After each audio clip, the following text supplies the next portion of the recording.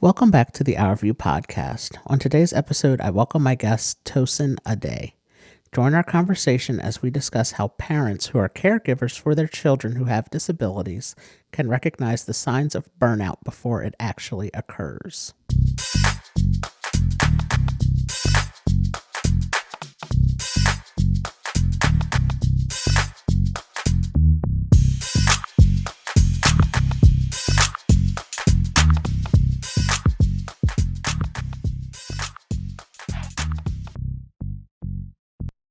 I would officially like to welcome everyone back to another episode of the OurView Podcast, where we raise awareness, educate, and change the tone of conversation about disabilities.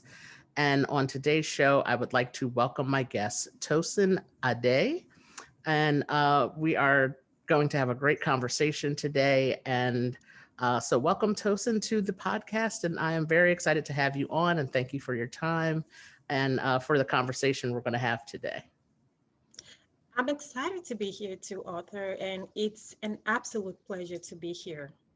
Oh yeah. So you and I connected a few weeks ago, and thankfully, like all of my other guests who have I connected with, you were very excited about being on the podcast and to share your knowledge with everyone. And so I'm grateful for that and the quick response. And we've sent a few emails back and forth with each other, and we are making this interview happen. So, so It's I'm really happening. excited. I know, it's technology rocks. Yes, Yeah. yes. We were just saying it's nice to meet each other face to face, even though we're through Zoom, but that's the way that we're doing things these days, and it Yeah. works. So It works. it does. Yeah. So could you just I've asked my guests to introduce themselves for the podcast, just because I want to I want you to share what you would like about yourself, to what you want people to know about yourself. Can you just introduce yourself and tell everyone who is Tosin Ade? So Tosin Ade is the founder of Childhood Uninterrupted. Professionally, I'm an education specialist and an education consultant. So I've been in the education space, I would say, for over a decade. Especially as an education specialist. Over the years, I've been in a lot of IEP meetings, educating special needs kids, and just making decisions in regards to special needs kids' academic development, their behavior, their emotional well-being, and a lot of these kids have varying disability. And I would say, based on that, I've been able to garner extensive knowledge on special education, the best practices and policies. And when I started the introduction, I did say I'm the founder of the Childhood Uninterrupted. And what that is, it's a platform that I have created for parents. So a lot of times, not to negate the needs of special needs kids, but a lot of times we focus a lot on the special needs child. And we forget that there's someone behind the scenes making sure that this child is okay, the services are well received, the therapy sessions go well. And these parents need to be seen, they need to be heard. And I sit in a lot of IEP meetings, and you're just rambling off about what this child needs, what this child can't do. And we forget to actually see and listen to the parents.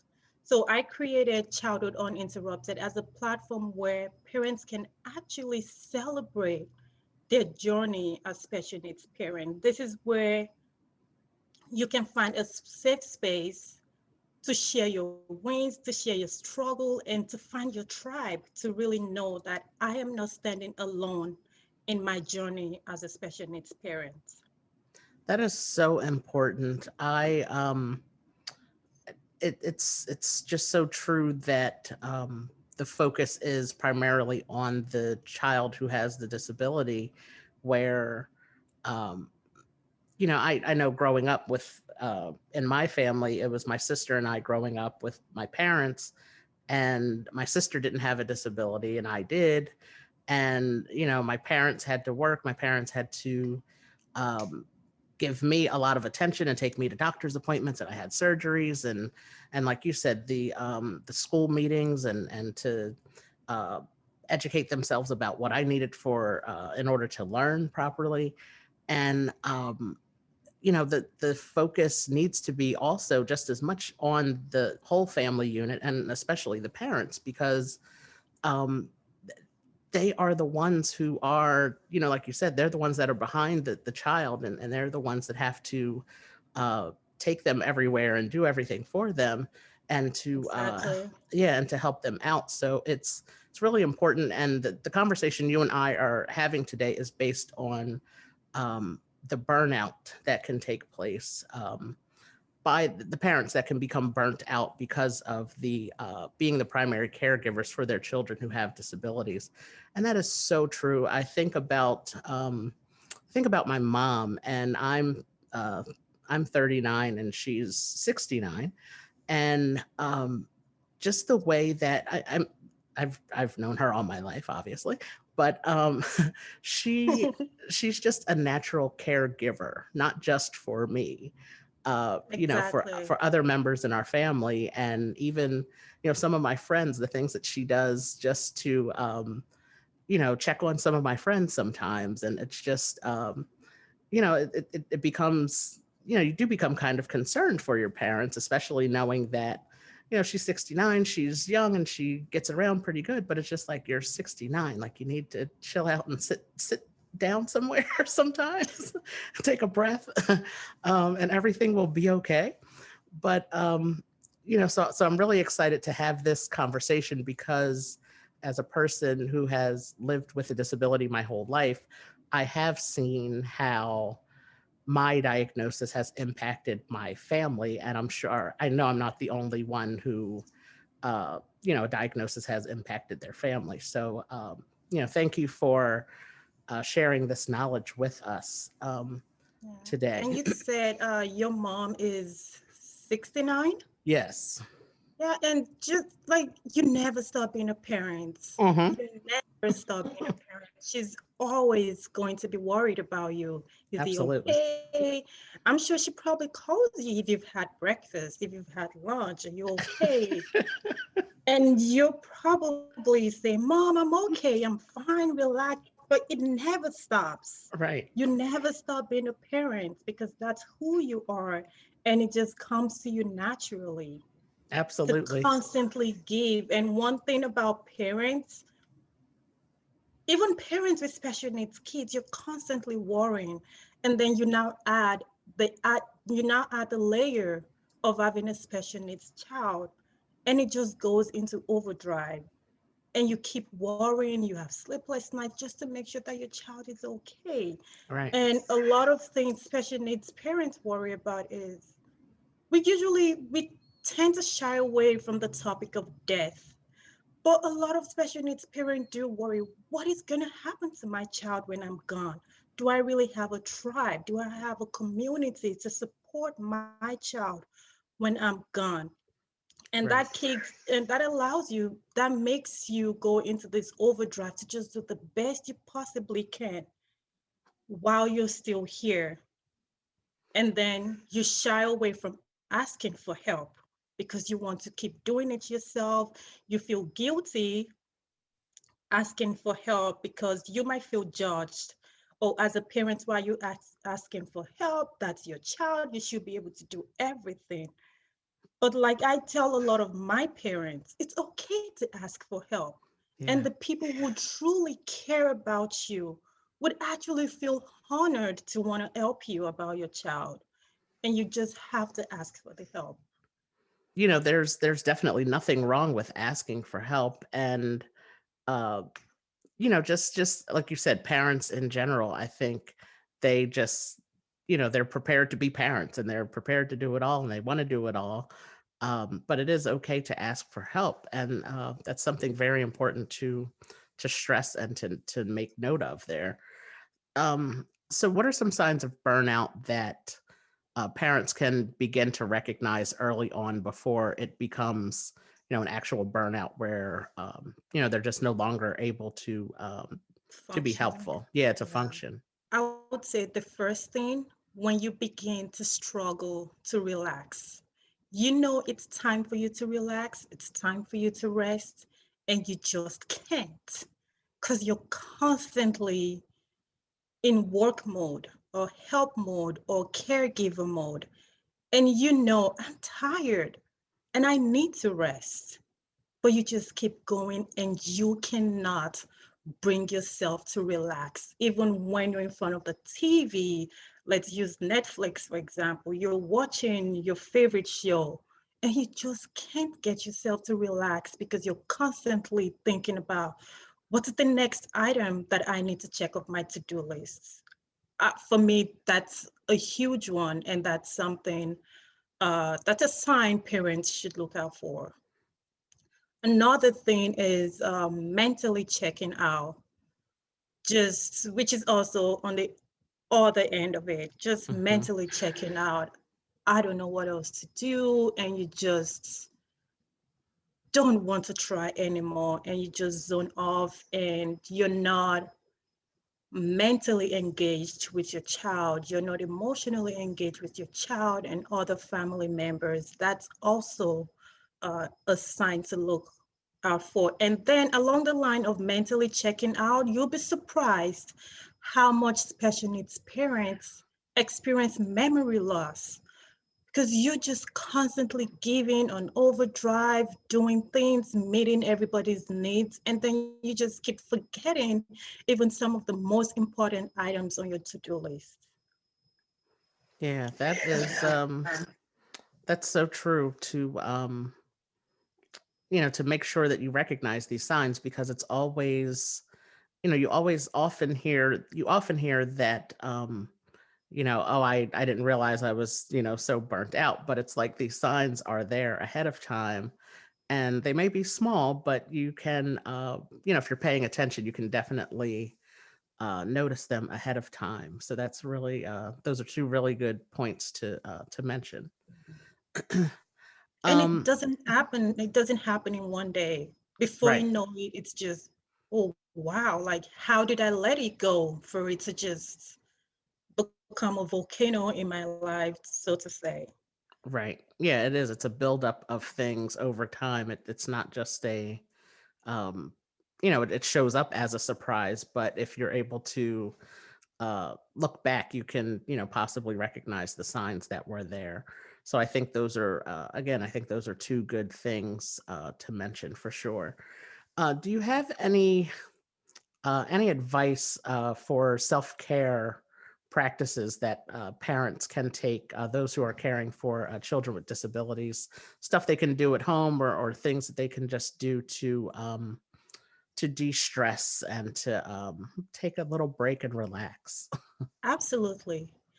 Before I get started on that, Yeah. I just want to say, as cliche as it might sound, self-care is important because we live in the Instagram age, the social media age, and you constantly see, I'm all about my self-care. I'm all about my self-care. We hear about it so much Mhm. that sometimes it tends to lose its meaning. But then self-care is absolutely important, and it's something we really have to make a part of our lives. So for me, we can start small, 30 minutes alone. Just shut it down. I just need my space, 30 minutes. Trust me, everybody is going to be fine. 30 minutes just to yourself. If it's to binge the craziest movie, the craziest show, listen to your music, listen to your favorite podcast, or you don't even have to do anything. Just crawl under the blanket and just close your eyes for 30 minutes.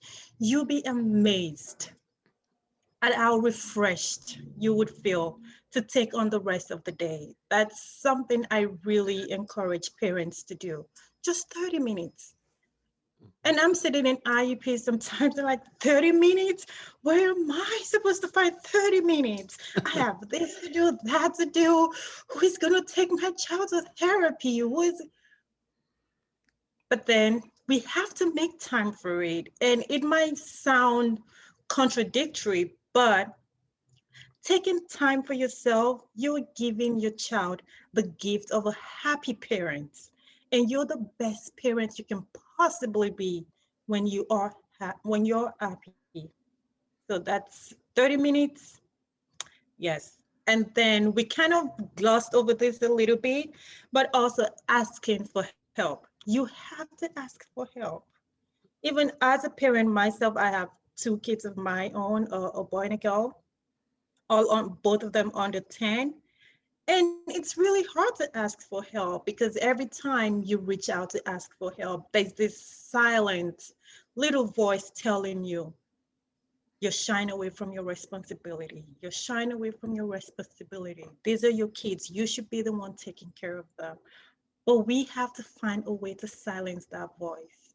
It takes a village, and I need to use my village to make me a better person, to make me a better parent to my kids.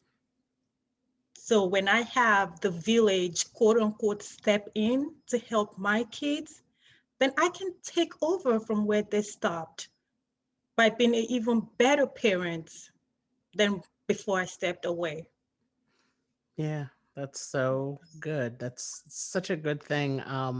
The 30 minutes, taking a 30-minute, time for yourself. I love that. Um, and this conversation is uh, based on parents who have children who have disabilities, but it really applies. Yeah. As you said, the knowledge is transferable. Like this, this can transfer to any parent, any person, really. I don't have any children, but 30 minutes where I just shut everything down. As I mentioned to you earlier, my electric was off for about an hour, hour and a half this morning. And it was like I couldn't turn on the light, I couldn't turn on the TV.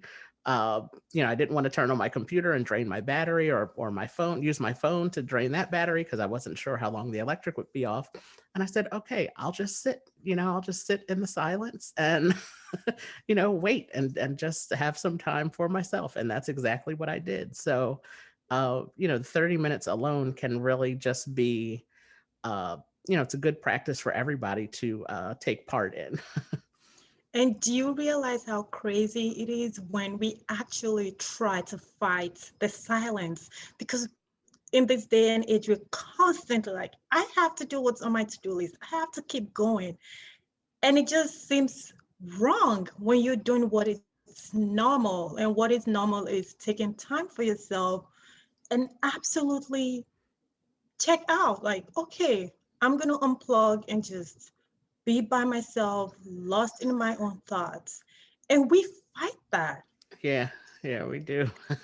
Yeah. It is, but it goes back to what you said. It's the whole, the social media age that we live in, where Yeah. people want to see us doing things, and we feel like we have to show people that we are doing things, and um, everything is just on the go all the time. And again, I'm not a parent, but one of my favorite things to do, I've mentioned it before, is I go to a sensory deprivation float. So you float in Epsom salt, you float in a pool. And Oh, really? yeah, and you have the option. There's soft music playing, and there's little lights like the LED lights in the ceiling, but you have the option to turn off the lights and the sound. And in the complete darkness and silence is the best. I do it for 90 minutes. I go once a month.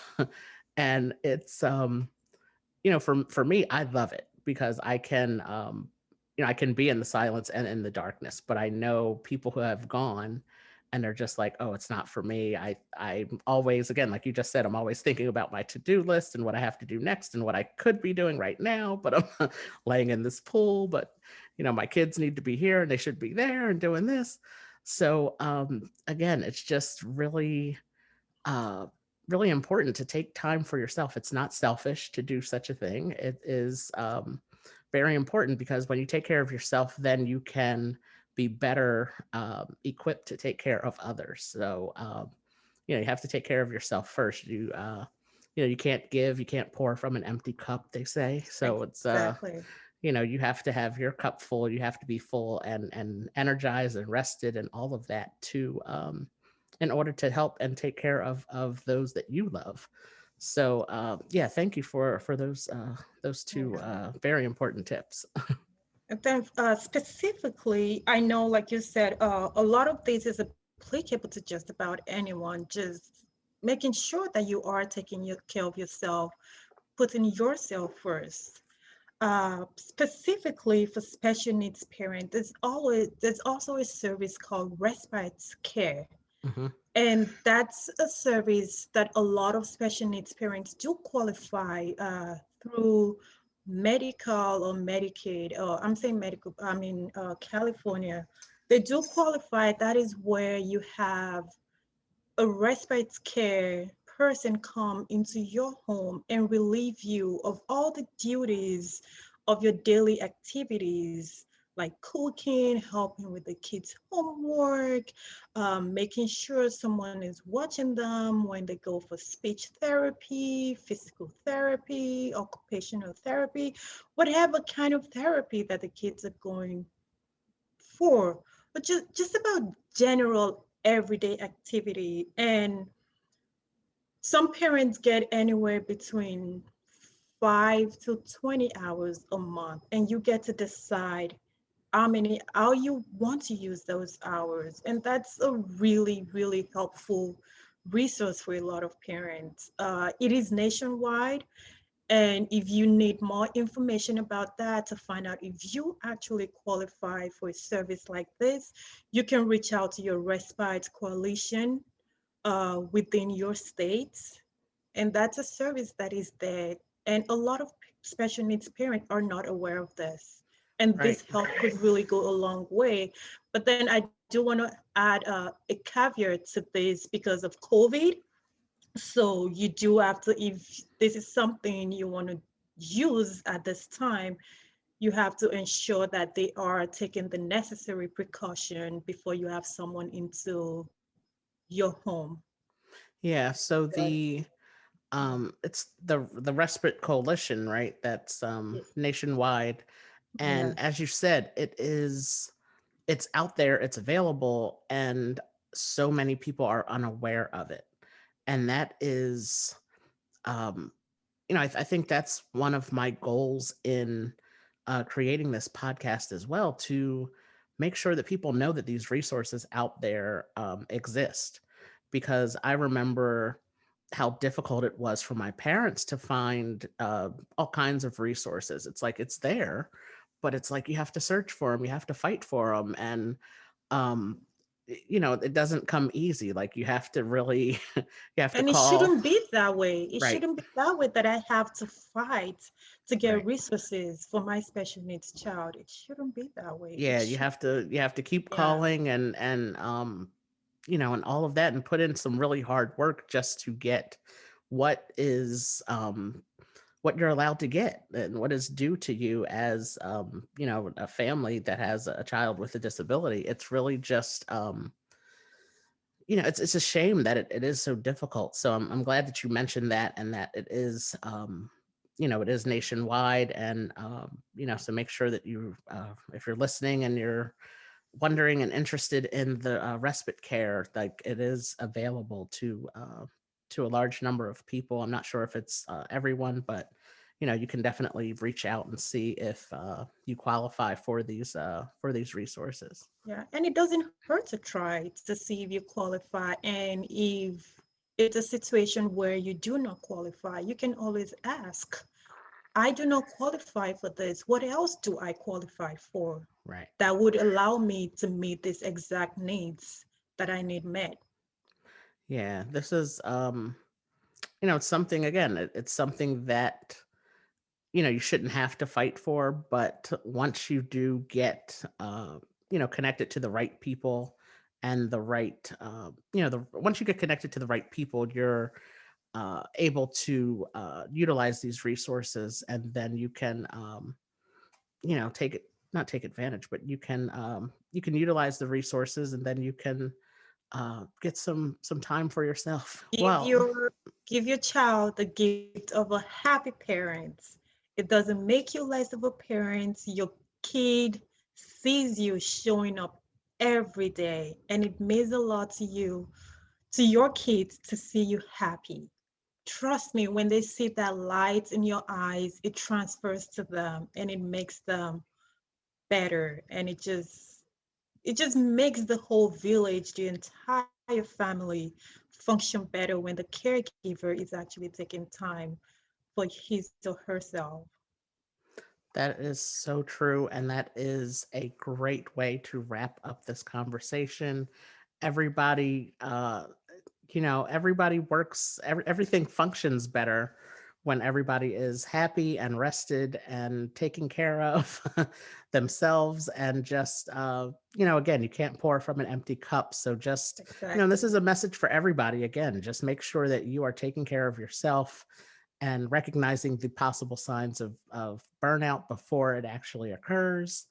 Make sure you take that 30-minute break, just to Exactly. spend time with yourself and read a book, or just sit in silence and just do what you have to do for yourself to make sure that you remain healthy and happy, so that so that you can do your duty of taking care of those in your family and your circle, and within your village, to just just to take care of everybody. So thank you so much, Tosin, for your knowledge in this area. And before we wrap up, can you tell people where they can find you on social media, and any other links that you would like to mention? Definitely. You can find Childhood Uninterrupted at www.childhoodu.com. So the uninterrupted, it's not spelled out, it's childhoodu.com. You can find us on Instagram at childhoodu underscore on Instagram.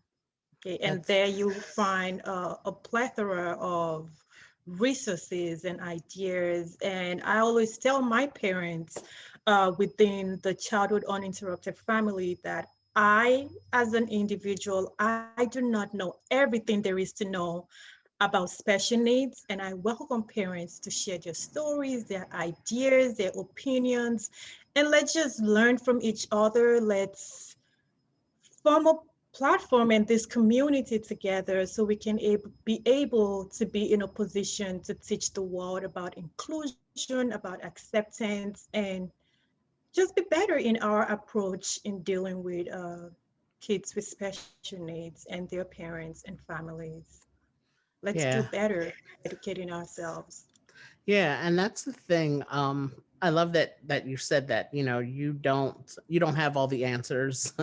And you are I think it's always important that we everyone, that we're all always willing to learn, and to stay educated about things, and uh, hear other people's perspectives, and hear other people's and take other people's input, because what a parent might have to offer, that might be something that benefits another parent that they never thought of before.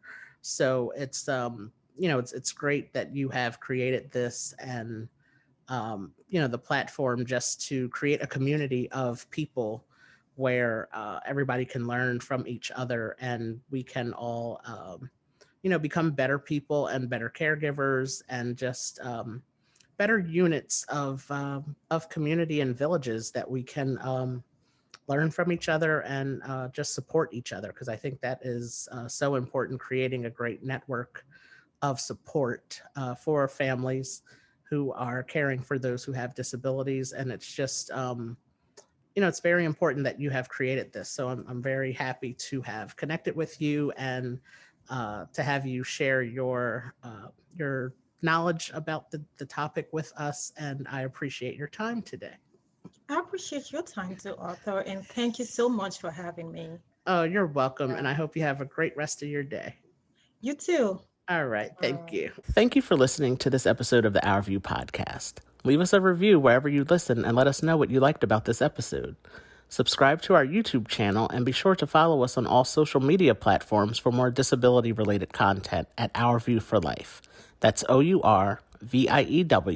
the number 4, LIFE. If you listen to this episode on your phone, take a screenshot and post it to your Instagram or Facebook stories, and be sure to tag us. We thank you for listening, and take care.